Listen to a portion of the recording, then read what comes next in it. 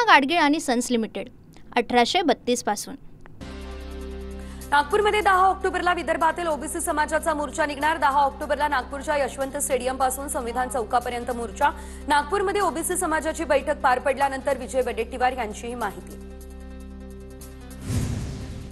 बीडमध्ये परळी तालुका बंजारा समाजाची बैठक संपन्न। 15 तारखेला जिल्हाधिकारी कार्यालयावर लाखोंच्या संख्येने भव्य मोर्चा धडकणार। एसटी मधून आरक्षणाच्या मागणीसाठी बंजारा समाज आक्रमक।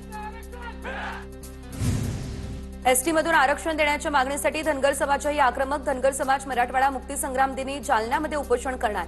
धनगर समाजाला एसटी प्रवर्गातून आरक्षण देण्याची मागणी। जळगावच्या मुक्ताईनगरमध्ये धनगर समाजाची विश्रामगृहात बैठक। धनगर समाजाला एसटी मधून आरक्षण मिळावं या मागणीसाठी मोठ्या संख्येने धनगर समाज उपस्थित। काँग्रेसचे नेते राहुल गांधी यांच्या विरोधात राज्यात ठिकठिकाणी आंदोलन। नाशिक आणि अमरावतीमध्ये भाजप महिला मोर्चाकडून आंदोलन। पंतप्रधान मोदींच्या आईचा एआय व्हिडिओ बनवून अपमान केल्याप्रकरणी भाजप आक्रमक। राहुल गांधी यांनी केलेल्या वोट चोरीच्या आरोपाला मुंबई काँग्रेसकडून समर्थन। मुंबई काँग्रेसकडून दादरच्या कबूतरखान्याजवळ आंदोलन। पंतप्रधान नरेंद्र मोदी यांच्या आईबद्दल एआय व्हिडिओ बनवल्याच्या निषेधार्थ भाजप आक्रमक। चित्रा वाघ यांच्या नेतृत्वात मुंबईमध्ये आंदोलन। पुण्यातही महिला आघाडीचं आंदोलन। संभाजीनगरमध्ये काँग्रेस विरोधात भाजपचं आंदोलन तर मोदींच्या मातोश्रीबद्दल अपशब्द वापरून एआय चित्रफित बनवल्याचा आरोप करत काँग्रेसचा निषेध। चंद्रपूरमध्ये भाजपच्या महिला आघाडीकडून काँग्रेस विरोधात निदर्शनं। राहुल गांधी यांच्या फोटोला जोडे मारत निषेध। मातृशक्तीचा अपमान केल्याचा आरोप। रत्नागिरीत काँग्रेस विरोधात भाजप महिला मोर्चाचं निषेध आंदोलन। मोदींच्या आईविरोधात एआय प्रणालीचा गैरवापर करून अपमानकारक व्हिडिओ प्रसारित केल्याचा निषेध। नाशिक छत्रपती संभाजीनगर राज्यमार्गावर संतप्त शेतकऱ्यांचा रास्ता रोको। कांद्याचे बाजारभाव पुकारल्यानंतर आता पुन्हा रिव्हर्स पुकारल्यानं शेतकरी संतप्त। लासलगाव कृषी उत्पन्न बाजार समितीची उपबाजार समिती असलेल्या विंचूरमध्ये खादीच्या गोलटी कांद्याला 200 रुपयांवरून थेट 100 रुपये प्रति क्विंटलचा भाव।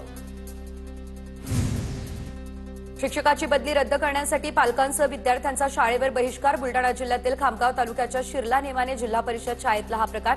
शिक्षण अधिकाऱ्यांना निवेदन देत आंदोलनाचाही दिला इशारा। कोल्हापूर जिल्ह्यातील वडक शिवाले या ठिकाणी जिल्हा परिषदेच्या प्राथमिक शाळेतील महिला शिक्षिकेची मनमानी। शिक्षिकेच्या बदलीची मागणी करत ग्रामस्थांनी शाळेला ठोकलं टाळं। मालेगावातील शिक्षक भरती घोटाळ्यातील 3 आरोपींना न्यायालयीन कोठडी। आर्थिक गुन्हे शाखेच्या कारवाईमध्ये 3 बडे अधिकारी अटकेत। इतर काही अधिकारी शिक्षक भरती घोटाळ्यामध्ये अडकण्याची शक्यता। बीडच्या गेवराईमधील माजी उपसरपंच गोविंद बर्गे प्रकरणामध्ये नवा ट्विस्ट। नर्तिका पूजा गायकवाडला वैरागमध्ये घेऊन दिलेल्या प्लॉटचा मोठा पुरावा टीव्ही9च्या हाती। रजिस्ट्रीवर माजी उपसरपंच गोविंद बर्गे साक्षीदार। बीडचे माजी उपसरपंच गोविंद बर्गे आत्महत्या प्रकरणी नर्तिका पूजा गायकवाडच्या पोलीस कोठडीमध्ये 2 दिवसांची वाढ।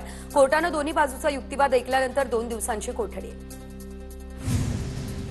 कोल्हापूरच्या इचलकरंजी शहराजवळ असणाऱ्या कबनूर गावामध्ये भानामतीचा प्रकार तर एकाची 67,000 रुपयांची फसवणूक झाल्यानंतर शिवाजीनगर पोलीस ठाण्यामध्ये गुन्हा दाखल।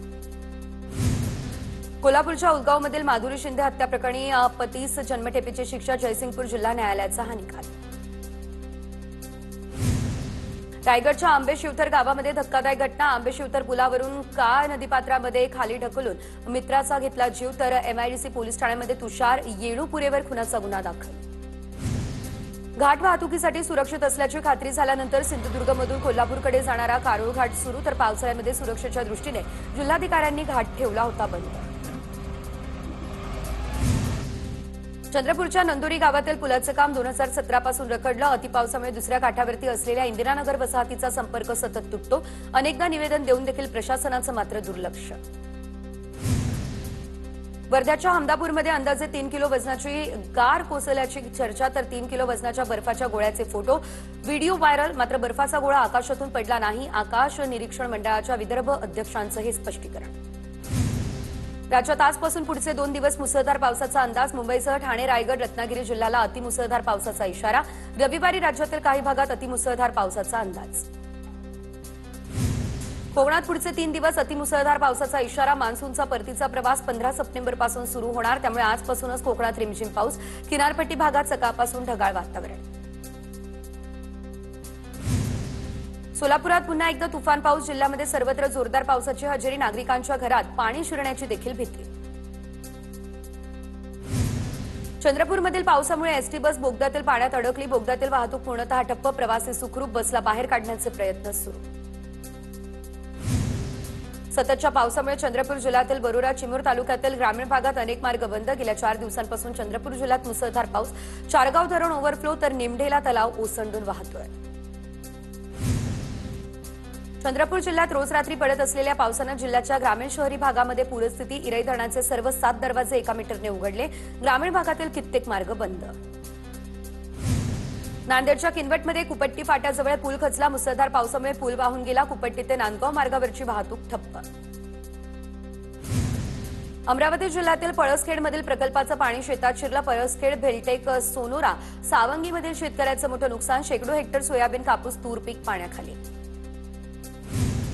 वर्ध्यामध्ये अतिवृष्टीमुळे नुकसान झालेल्या शेतकऱ्यांना अश्रू अनावर. आमदारांपुढे अतिवृष्टीग्रस्त शेतकऱ्यांनी मांडली कैफियत. तर देवळी तालुक्यातील अतिवृष्टीग्रस्त भागाची आमदार राजेश बकानी यांच्याकडून पाहणी. परभणीच्या पूर्णा तालुक्यामध्ये जोरदार पावसामुळे पूरस्थिती. धुना नदीला पूर. त्यामुळे समृद्धी महामार्गाचं काम करणारे मजूर अडकले. पोलीस, महसूल आणि अग्निशमन दलाच्या मदतीने मजुरांना सुरक्षितरित्या काढलं बाहेर. धुळे तालुक्यामध्ये कपाशीवर लाल्या रोगाचा प्रादुर्भाव. आर्णी गावामध्ये लाल्या रोगाचा प्रादुर्भाव झाल्यानं शेतकरी चिंतेत. कपाशीवर लाल्या पडल्यानं शेतकरी आर्थिक संकटात. काजूने भरलेल्या ट्रकवरती वडाचं झाड कोसळलं. तर वेंगुर्ला बेळगाव रस्त्यावरती आडेली भागातील घटना. घटनेमध्ये कोणती जीवितहानी नाही. मात्र अपघातामुळे मार्गावरील वाहतूक बराच काळ ठप्प. धुळे कृषी उत्पन्न बाजार समितीमध्ये भाजीपाल्याची वाढली आवक. भाजीपाल्याचे दर कोसळल्यानं शेतकरी हवालदिल.